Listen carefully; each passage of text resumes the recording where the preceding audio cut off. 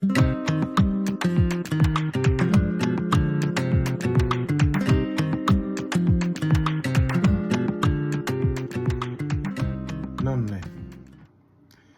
Terve taas.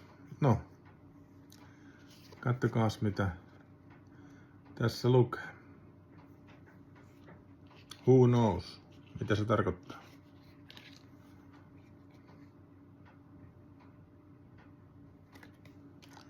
Jolla.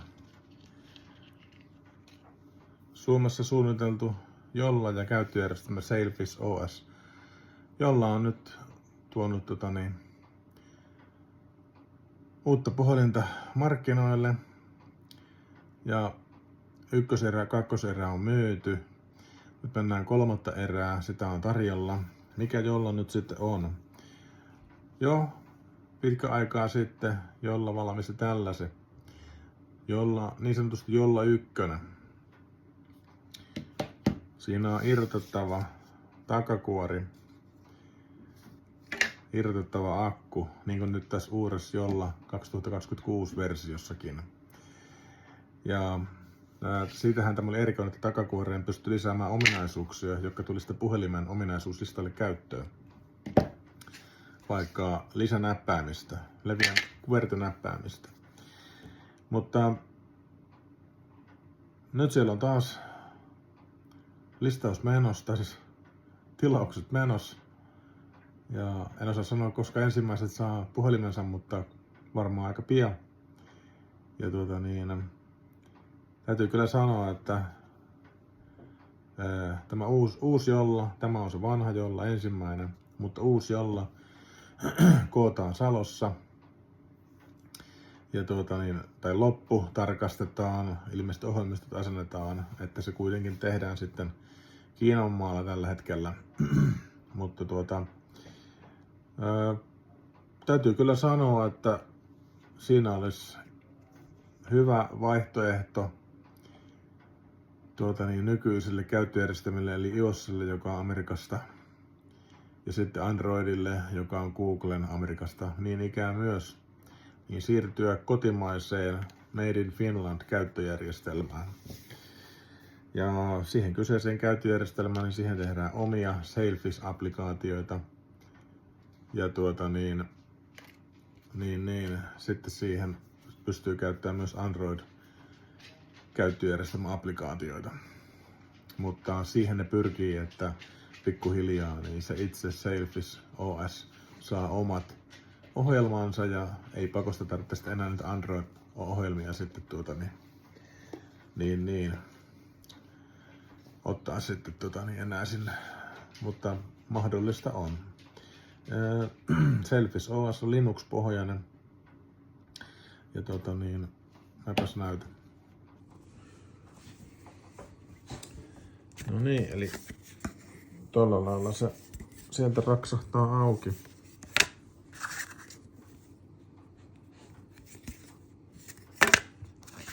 Laitetaan se takaisin. Mä en tiedä, laittaisiko tuo palako se.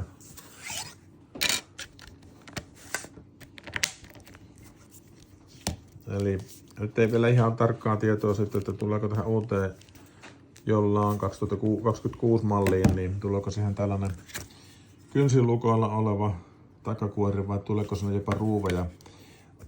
Omat hyötynsä olisi siinä, jos siellä olisi ruuveja, niin tästä voitaisiin tehdä vähän raskaampi ja sinne voitaisiin tehdä vähän isompaa tekniikkaa.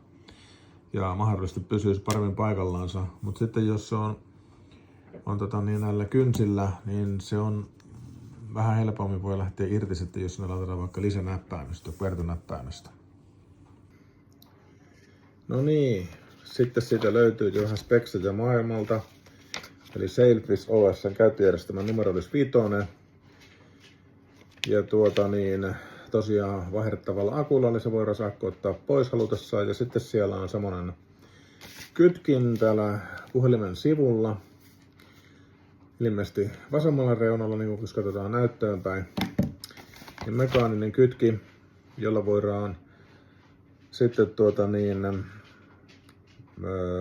mikrofoni, bluetooth tai jotain muuta tai jotenkin appeja niin sammuttaa kylmästi. Eli jos sitä kytkintä kääntää, niin esimerkiksi se kääntää mikrofonin pois päältä, joka on aika mielenkiintoinen ominaisuus. Ja prosessorina MediaTek 5G-platformi, 12 GB RAM ja 256 GB sisäistä muistitilaa, maksimis jatkettavissa 2 teratavuun. Ja 4G, 5G, 2 SIM-kortilla. Näyttö olisi 6,36 tuumaa, 390 ppi, Full HD AMOLED, 20:9 Gorilla Glass pinnalla. 50 megapikseliä vide plus 13 megapikseli ultravide pääkamerat. Ja ne kamerat on Sony toimittanut. Ja arvioitu, että olisi 5500 mAh akku. Se voi vielä vaihtua. Se ei ole ihan tarkka vielä se, että kuinka tehokas akusta tulee. Että se noin määrältään tuo. Tukee Fi 6, Bluetooth 5.4 ja NFC:tä. Ja virtanappi ilmeisesti tullut sormenjälkilukija. Ja sitten LED-valo näyttämään tätä tilaa, joka on ihan kätevä. Puhelin voi olla niin kuin näyttösammuksissa ja sä näet siitä LED-valosta niin kuin vanhaa hyvää aikaa, että sinne on tullut esimerkiksi joku viesti. Ja olikohan siinä muuta. Se mikä siinä on, niin siellä pyritään siihen yksityisyyteen. Eli siinä omistat sinun tietosi ja puhelin kun laitetaan, puhelin ei niinku kuljeta tätä taustadataa lävitsensä. Eikä mitään Google-seurantasysteemejä ei ole sitten olemassa siinä. Mutta on kyllä mun mielestä piristysruiske kyllä nyt Suomeen. Tällainen hieno juttu.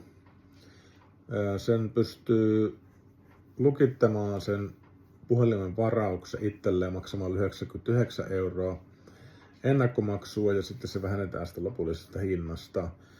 Ja lisätietoja löytyy jolla.com eli Jaakko Olli Lauri Antti.com. Sieltä löytyy lisätietoja ja sieltä pystyy tekemään ennakkotilauksenkin.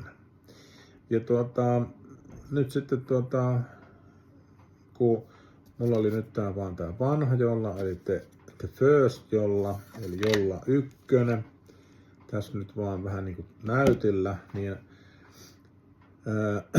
sieltä löytyi sitten julkaisuvapaata uuden jolla 2026 vuosimallin kuvia siitä, että minkä näköinen se on. Ja sitten siinä on vertailulaitteita vanhoja jollia niin niihin verrattuna. Eli mä laitan ne tähän perään. Ja katsokaa ja tutustukaa ja käykää sillä kotisivuilla. Ja muistakaa suomalainen firma, suomalaisessa omistuksessa, Suomessa suunniteltu ohjelmisto, yhteisö mukana. Hyvät nettisivut ja hyvä yhteisö kaikille tälle. Ei tämä ehkä semmonen perinteinen puhelin, että ostapa tuosta puhelimen ja käytän sitä. Eli pikkusen edistyneemmälle ja edistyneille nörteille on se tää puhelin on ihan 1. Väittäisin, että nuorille ihan 1. Ja niin. Uskoisin, että tullaan myymään vielä aika paljon pitkä aikaa ja kyllä sitä vähän niin kuin itsekin jo haluttaisiin tämä ostaa, mutta katsotaan kuinka käy.